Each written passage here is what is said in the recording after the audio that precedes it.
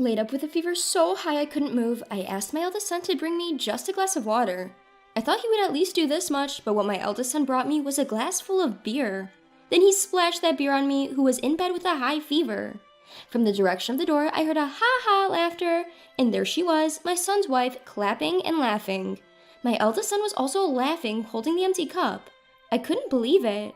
I was feverish and dazed, but that scene burned clearly into my eyes. "Clean the house by the time we get back, haha." I had tolerated Mark and his wife's selfishness up to now, but I couldn't stand it any longer. "Yes, I will clean it," I said, enduring the pain in my throat so that my son and his wife could hear. "My name is Helen. I'm a 73-year-old housewife. My husband, George, is 75 years old. Now that he's retired, he teaches calligraphy to children at a nearby community center. My husband, who has been practicing calligraphy since he was young, had always dreamed of opening a calligraphy class after he retired. I was happy to see him realize his dream and head to the community center with a smile every day. We have 2 sons. The younger son is married and has 2 elementary school-aged children. However, our 44-year-old eldest son was unmarried and living with us at home. He seems to be working part-time at a convenience store at night, but that's only about 4 days a week. He doesn't contribute any money to the household, and he's just living a lazy life. Both my husband and I have warned him several times, but our eldest son didn't listen. He's not gambling or in debt, and gradually my husband and I stopped warning him. Then, one day, out of the blue, our eldest son suddenly said, "I got married," and brought his wife home. Without even greeting us, she barged in as if it was the most natural thing in the world, and from that day on, I had to prepare meals for her as well. I didn't mind preparing meals for my son's wife, but she didn't help at all, nor did she clean up after meals. She didn't even say thank you, and she even demanded a cup of coffee after dinner. My husband, unable to watch any longer, harshly warned our eldest son and his wife, who then stopped making unreasonable demands in front of my husband. However, when my husband wasn't around, she started making demands like, "Mother-in-law, please take this dress to the cleaners for me." I thought she was being too selfish, and when I warned her, my son took her side. "It's just something you can do on your way to shopping. Don't be so stingy," he would say. However, our son doesn't contribute a penny to the household. Even though we're feeding him and his wife for free, I thought it was unreasonable for them to demand more, and I was considering whether or not to talk to my husband about it. However, not wanting to witness a parent-child quarrel, I decided to wait and see a little longer, and so I held back again today, and as per my daughter-in-law's request, I took her clothes to the cleaners. My husband and I usually visit our second son's family in Canada about twice a year.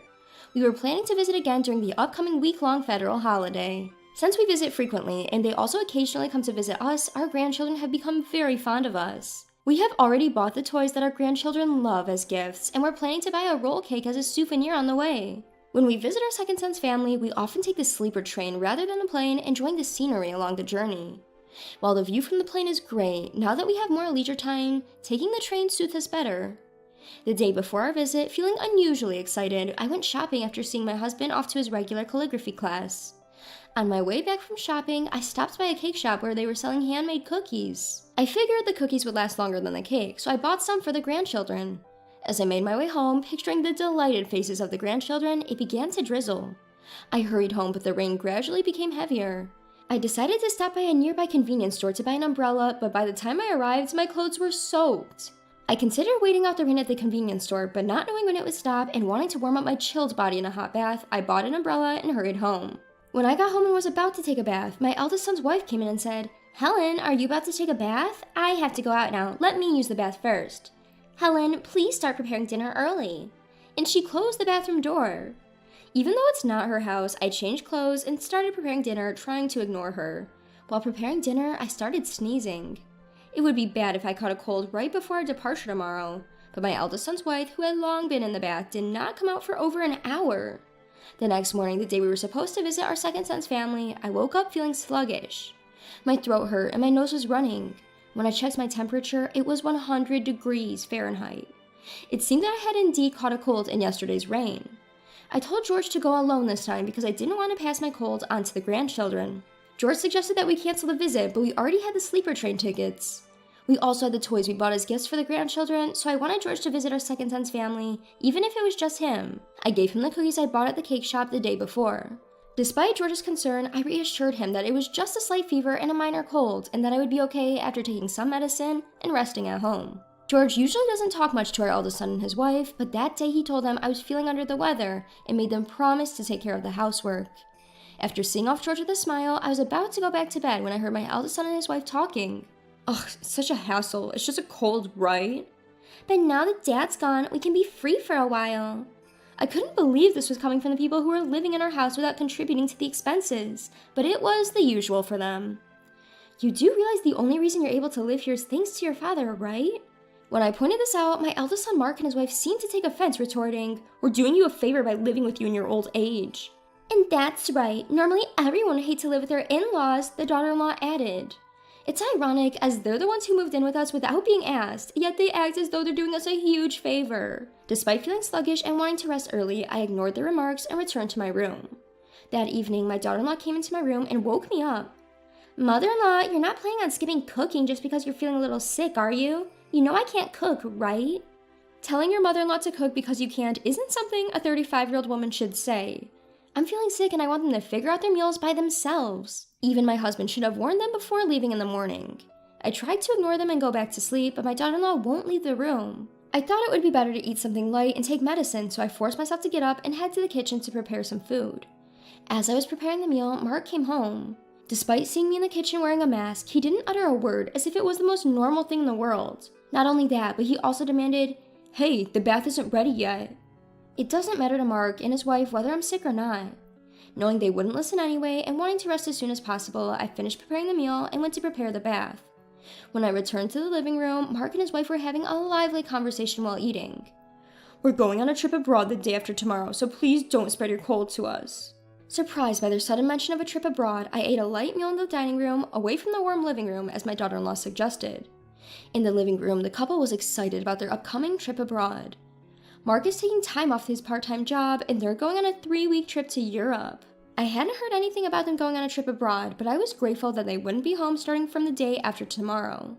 On the morning of the day Mark and his wife were about to leave for their trip, my cold had worsened to the point where I couldn't get out of bed. When I measured my temperature with the thermometer, I had nearly a 103-degree Fahrenheit fever. I was thirsty, but my headache was so severe that I couldn't even lift my head. In this state, Mark came to me. "Hey, cook us some food. You can still cook even if you have a cold." Tears welled up in my eyes at the sight of my son telling his sick mother to cook. "Eat out," I managed to say. At my words, Mark frowned, but said nothing and started to leave the room. Before he left the room, I asked him to bring me a glass of water. I thought he would at least do that much for me, so I waited, but what Mark brought me was a glass full of beer.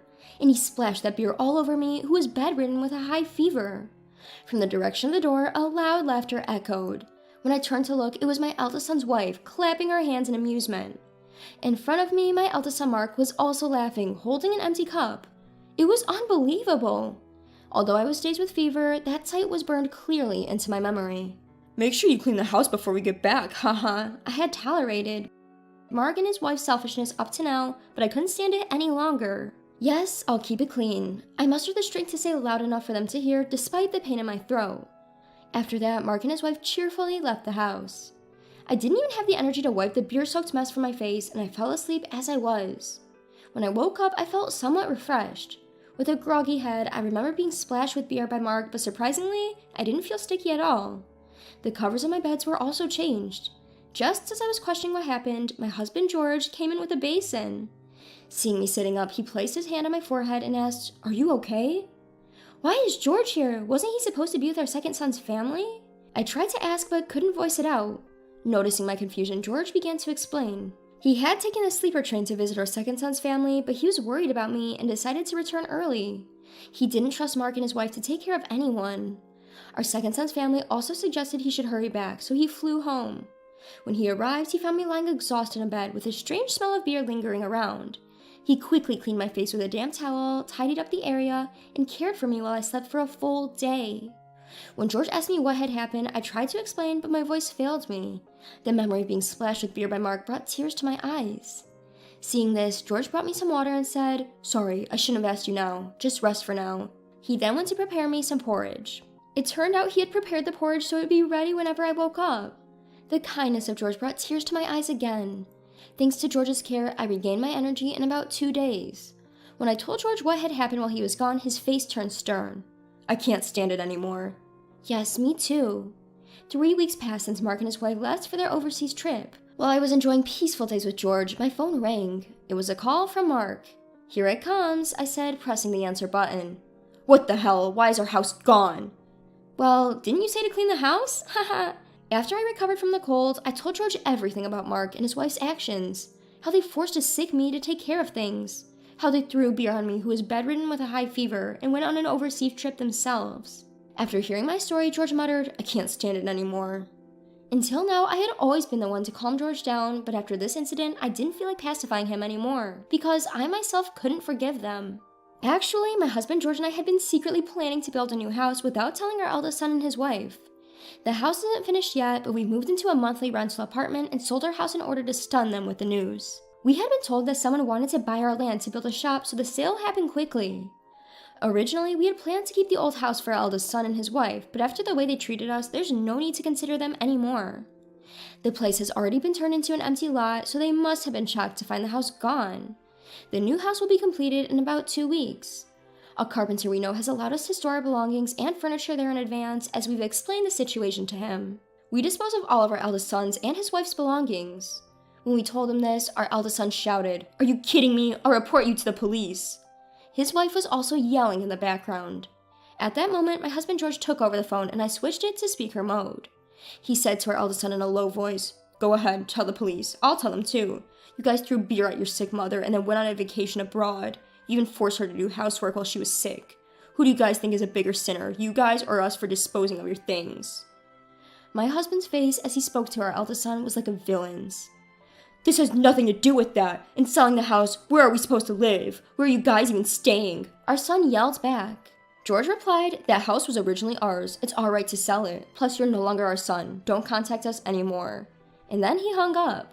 2 weeks later, we got a call saying that our new house was completed, so George and I headed over. The call was from the carpenter, a friend of George's. He's about 60 years old and the site supervisor. He showed us around the house, explaining the layout. We designed it as a single-story, accessible house, keeping our future retirement life in mind. It's an even more beautiful house than we imagined, and we can't wait to start living there. The furniture we had left in the living room had been moved by the carpenters. When I thanked them, they laughed and said, "No problem. George really helped us out back in the day, so this is nothing." And so the two of us, George and I, started living in our new house. The house was even more comfortable than we had imagined, and our life was peaceful without our eldest son and his wife around. However, about a month after we moved into the new house, our devilish eldest son and his wife showed up. Neither George nor I had told them our address, and our younger son Mark and his wife shouldn't have told them either, because we explained the situation. They probably hired a detective or something to find us. "Hey, it's not fair for you to sell the house, dispose of our stuff, and then move to such a nice place by yourselves. As your eldest son, I have the right to live here, don't I?" said our son, glaring at us with large bags in his hands. We had intended to cut off ties with them, but we were stunned to see our eldest son and his wife, who were clearly intent on moving in. Just then, George came from the back of the house. "What are you guys here for?" "To what end? After taking our living place, how dare you ask such a thing? From today, we're living here too." As they were about to step in, the front door opened. "Huh? Mark, what are you doing here? Here to cause trouble again? Come on, you're old enough to stand on your own 2 feet. Stephen said with a look of disbelief on his face. Beside him were his wife with their 2 grandchildren. They were visiting because the new house had just been finished. After relaxing at home for a while, Stephen's family had gone to a nearby convenience store. "Who is that? Are they bad people?" The 5th grader, Sophia, said it so innocently. The husband, who had just been about to drive Mark and his wife away, suddenly had an idea. "While Stephen's family is staying for a week, you two should also stay here. I won't allow you to squat here indefinitely, though." With that, he welcomed everyone at the entrance into the house. The living room gathered, and the first to lounge on the sofa was Mark and his wife. "Man, I'm beat, mother-in-law. Can I have some coffee?" "I'll take mine black." Stephen's wife was taken aback by the casually made request of Mark and his wife. At this, the grandchildren rushed to Mark and his wife. "Why can't you two do that yourselves when you're adults? Even I, a kid, can pour my own juice." The innocent comments of the grandchildren made Mark's wife uncomfortable, and she went to pour her own coffee. However, the grandchildren's why attack continued. "Why can't you cook even though you're an adult woman? My mom can cook anything." "Why don't you clean up after yourself? Both my dad and I always clean up the plates when we're done eating." "Why can't you do that? My sister and I always do it ourselves." The grandchildren, perhaps due to good upbringing by Stephen's wife, are responsible and often help her. Stephen also doesn't just leave everything to his wife, and they work together. Therefore, it was probably perplexing for the grandchildren that Mark and his wife didn't do anything themselves.